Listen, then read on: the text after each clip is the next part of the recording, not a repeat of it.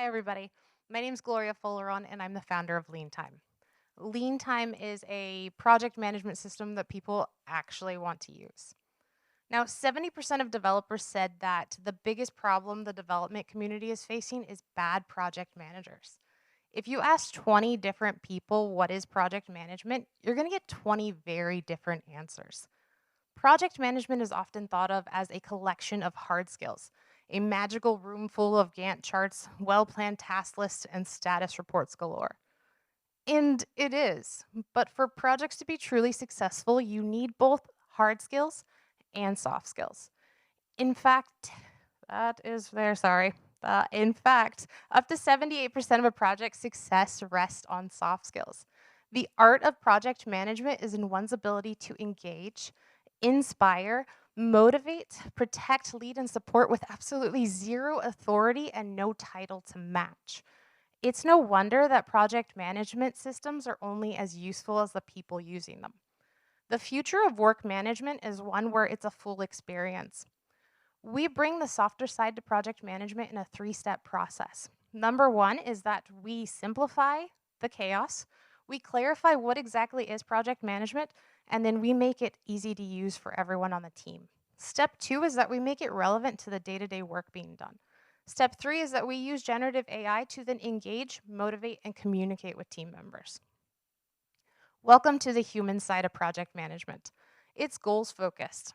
It's cognitively accessible and easy to use. It uses science and motivational psychology. And it still includes all of those features that your PMs will want to use. Only 33% of employees can strongly say that when they go to work, they get to do what they do best.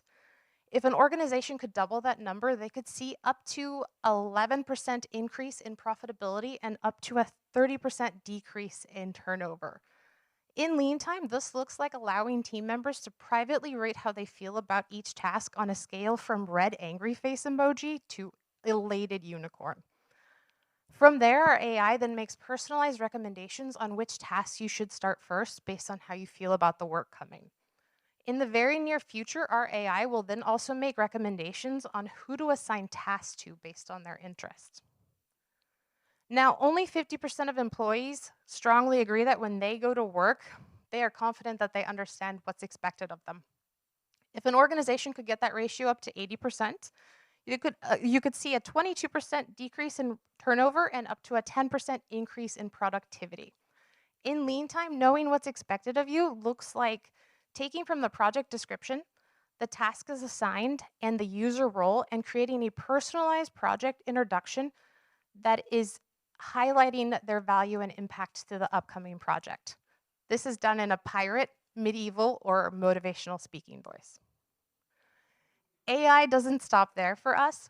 We also collect status updates from each team member, allowing them to decide when to update their work and do it on their time without interruption. From there, we take those status updates and we compile it into a pre-formatted status report that is ready to ship off to stakeholders. Lastly, our AI uses the principles of variable reward to remind us of when we've done a job well done. But wait, does the world actually need another project management system? It doesn't need one looking like the ones we have today, and that's why we don't. Our growth validates that people and businesses are ready to do project management differently, with over 19,000 installations to date and over $35,000 done in revenue. The market opportunity is huge at $7 billion and still growing. But the chart that you're looking at right now is the market opportunity currently sitting in front of us as we near completion of our plugin infrastructure.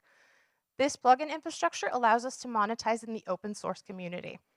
From there, we're going to add in priority support plans, and we can easily see a path to over $3 million by the end of 2025. And that doesn't include our SaaS platform, our managed integrations, or our hybrid cloud offerings. Our largest user base includes small to medium businesses, small teams 7 to 10 in size, and our open source community. But we also have enterprise customers, like our nearly $30,000 contract for integration and priority support. Between the two of us, we have well over 25 years of project management experience. I'm a former ER nurse turned product and project manager, but it's my background that gives me unique insight into the challenges that people face at work. Marcel is a technical program manager and full stack engineer. He's worked at places like Google and Twilio building and scaling large programs. But it's their skill sets combined that bring together the human and the tech needed to make businesses more successful. And our success is being backed by these incredible mentors and partners. We're currently raising a $250,000 pre-seed round to get us to over $500,000 in ARR in 12 to 15 months. This allows us to finish our plugin infrastructure and also build out necessary MS Project and Jira integrations. If you or somebody you know are interested in joining us on the journey, my contact information is available there. Again, I'm Gloria Fulleron with Leantime. Thank you.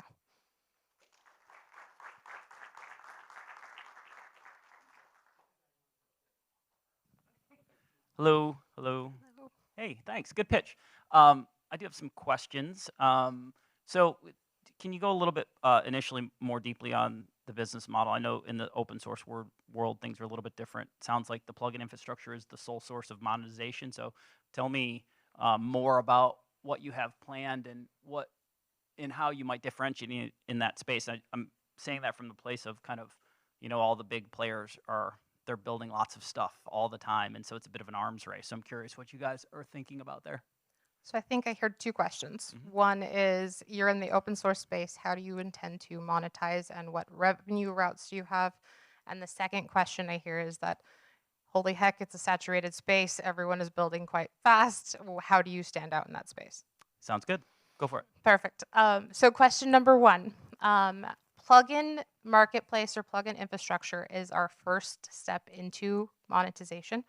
That said, we're already post-revenue, so we do have routes towards that already. But it's only a fraction of what we're looking at doing. Our largest user base is in the open source space, so we see this as a quicker path. As an engineer, that level of commitment that it takes to download a software, set it up on your tool, is a level of commitment that goes beyond the average customer signing up for your newsletter. So that's an engaged, activated user that we could lean into more easily. And we listen to and we talk to them on a regular basis with an active community chat and thread. So we're leaning into the things that they're looking for. Combining with that, we have a SaaS platform. So for users who don't want to manage their open source platform, they're allowed to use the SaaS platform. And then we also have managed integrations, so that if you wanted to take our open source software and integrate with other platforms or your own internal tools, we can help you do that. And then we have a hybrid cloud approach. So if you needed to have support on managing your open source version, we could help you with that. So just so I'm clear, so in the traditional open source world, think about everyone uses Red Hat, right, as an example. So the managed service is part of it. If they go into some sort of a hybrid cloud or some sort of a managed infrastructure, that's part of what would be some sort of a licensing agreement with a managed service associated with it, presumably. Essentially like that. The other element of that would be priority support. So if you were an open source user, you could pay to get support quicker than you would if you were just someone who didn't pay for the support. Yeah. So that is something that we've seen users sign up for. And just give me an example so these guys can hear too. I'm curious, like, what's your favorite plugin idea that you have that you guys are intending to work on that would add, marketplace value and would be, monetizable? So our one of our value propositions is really that we're the project management tool for non-project managers.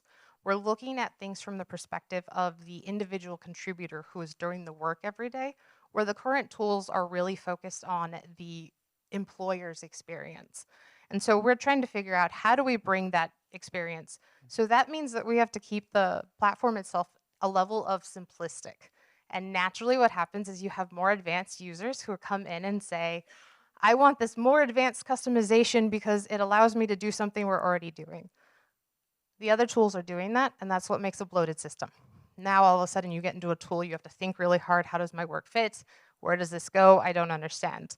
So we are maintaining the system kind of the way it is, and then it allows us to build on top of that. So we have strategy management, we have plugin management, program management, excuse me, and then we have whiteboards already.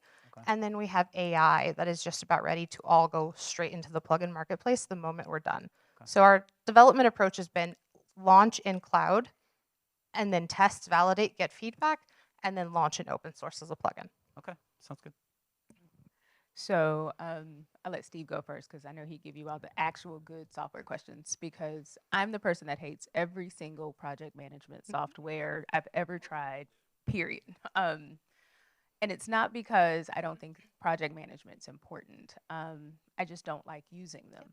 So if if I am going to choose this, I think I had a hard time understanding differentiation other than say the emoji thing. Like I didn't understand, and I'm not a tech person, so um, I'm having a little bit of a hard time understanding differentiation on just coming in as the non-tech person who actually just doesn't enjoy the software.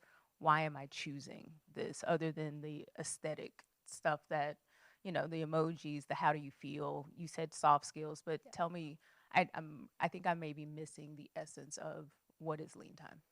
So, the way motivational psychology works and behavioral science works is that there are neurotransmitters in your brain that help promote this idea of, oh, this is fun, this is engaging, I want to actually do this. And those are elements that we're looking at. So, an example of that is that dopamine is the I'm going to get up and do something neurotransmitter. And that is excreted on the path to a goal. It's the anticipation of pleasure. It's not to the I got this, I got what I wanted. So the more that we showcase progress, the more that we showcase what the goal is and make the work relevant, we then have the ability to start to intrinsically motivate people who might not otherwise be motivated to do something. That then goes beyond making the work also relevant. So when you get into a project management tool, you log in, you put in a work, and you make a list of tasks. For the average user, what we found in our discovery was that they would go in, they would look at their work that the company wants them to do, and then they would take that list and then they would write it somewhere else, and then they would operate out of that outside list. There is no individual connection to the work that they are doing. So when we bring strategy management in, we bring a high level, this is the vision, this is the direction that we're going. We then connect it to the goals, and then we're building in and continually finding ways to showcase that goal progress, and then adding an individual organization element that then now makes it easy so that you see where the connections are. Awesome. And just one or two comments. I'll just say, from a pitch perspective, I love your pitch. Even though I don't technically enjoy the software, project management software, your pitch I'm not judging. was beautiful. And I always say former medical or clinicians are always the best entrepreneurs because I can tell that you have thought about the detail in your business and how you step through things. And I very much enjoyed your pitch. I appreciate that feedback.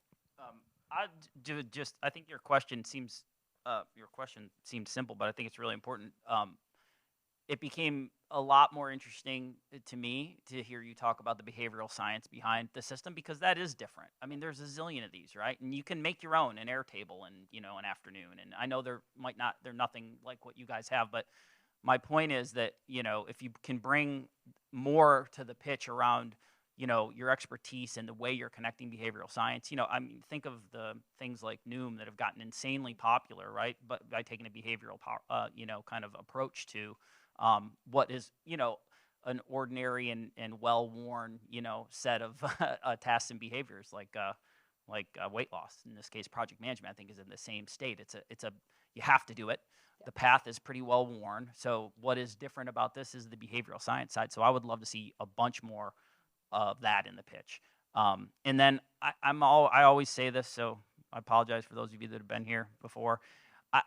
As an investor, even in the early stages of a pitch, I like to see very specific use of proceeds slides, so exactly, like down to the thing, what the money is going to go to, because I think that gives the early stage investor the best kind of perspective to judge how efficient this capital in, how much more capital might be necessary, because that's a function of dilution for all of us on the investor side. So it'd be interesting to see a little bit more detail and use of proceeds. But otherwise, I agree. Good pitch and interesting, and the behavioral science side is definitely a cool angle for sure. Appreciate that. And add Samuel L. Jackson to the voices. Oh, I'm going to see if I can do that. that can't be free. He's got to have the license on that. Would be insane. Yeah. I think so the trick is to find a movie that he's in and then describe him to the AI. Yeah, and then so they will do it, but it won't be titled that. Well, As someone who was recently sued by David Bowie's estate, I will say there's some peril in that. Just be aware.